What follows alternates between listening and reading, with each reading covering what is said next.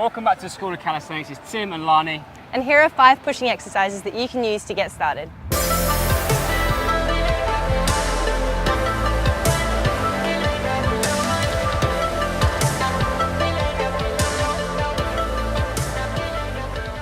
The pushing exercise in calisthenics can be broken down to vertical and horizontal. We're going to show you a selection of these, and they really form the foundations for lots more movements that we want to get into, whether it be handstands or some more interesting play movements around pushing and push-up progressions. So let's get stuck into them. The frog stand is the first stop on your hand balancing journey towards handstands and other exciting calisthenics movements. So this is a technique of how to get into it. So Lani's going to put her hands on the floor. It's important to remember she's now going to use her fingers like her toes. So the fingers are going to grip the floor to create some stability and some balance, and that's going to help her to correct and find the right balance position. When she's done that about shoulder width apart, she's just going to bend her elbows a little bit, and she's just going to try and rest her knees. Now Lani's gone up right on top of on the triceps here, which is a great, nice high position, and she just rocks forward until she can find a balance point and lift her feet off. So if you're struggling with this one, you might find that you don't have the confidence to go all the way over. So Lani, just bring your feet back down and show us a little bit, progressively load into that position. So you've just put your elbows on the back of the triceps, gently rock forwards until you find that point. When you feel like you can keep squeezing the floor and you can find the balance, you're just going to take the toes off the ground, and then you're going to find that you're just resting your body weight on top of your elbows and holding that frog stand. You often feel like you're going to need to go a little bit further forward, so you've got to be brave on this one. Well, that is a frog stand. Keep gripping the floor, push the floor down hard, and you're soon going to have those feet off the ground and balancing on your hands for the first time. The push-up is another staple exercise that you should include in your training. We're going to go through the technique now. So Tim's going to get into a tall plank position. He's going to squeeze those abs on, ready to take a punch, and he's going to squeeze those glutes together. We're going to think about dropping your shoulders into the joint, and then we're going to turn the elbows so they're facing backwards. Tim is now going to lower himself down so the elbows stay nice and close to the side of his body. As he pushes up, he keeps a nice straight line through his body and lowers down, keeping that chin nice and tucked. And that is how you do the push-up. If you're finding these too challenging, what you can do is lower down slowly, then put your knees on the ground, keep your back nice and straight, and push yourself back up.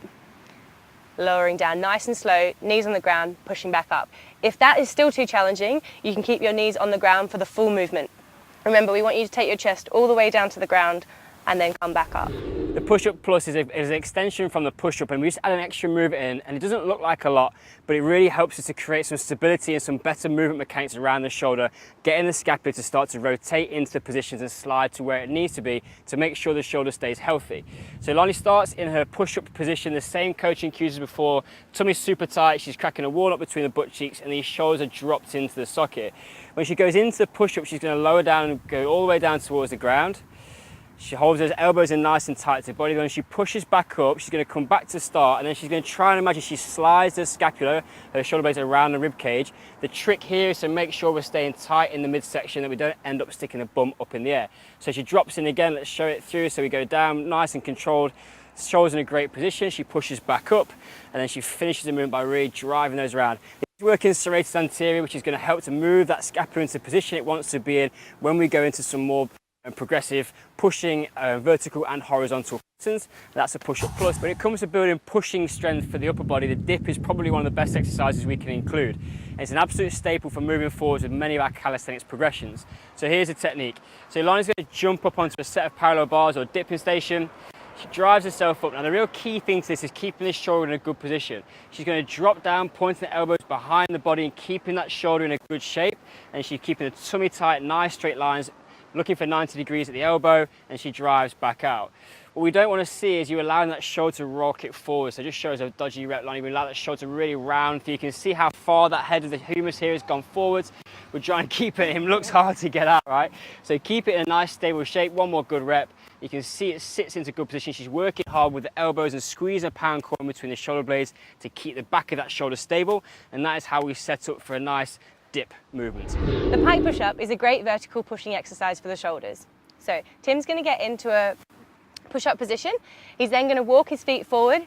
His hips are nice and high. His hands, fingers spread apart and arms shoulder width apart.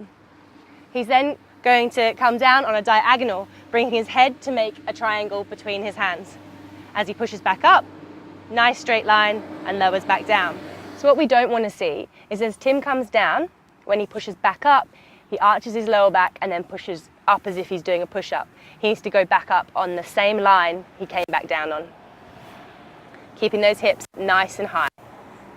Also, you want to keep those elbows stacked on top of those wrists. And that is a pike push-up.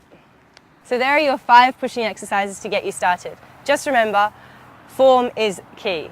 If you can't do the full range of movement, regress it and don't be ashamed to. So get started with those guys, get them in your program. Until next time. Class dismissed.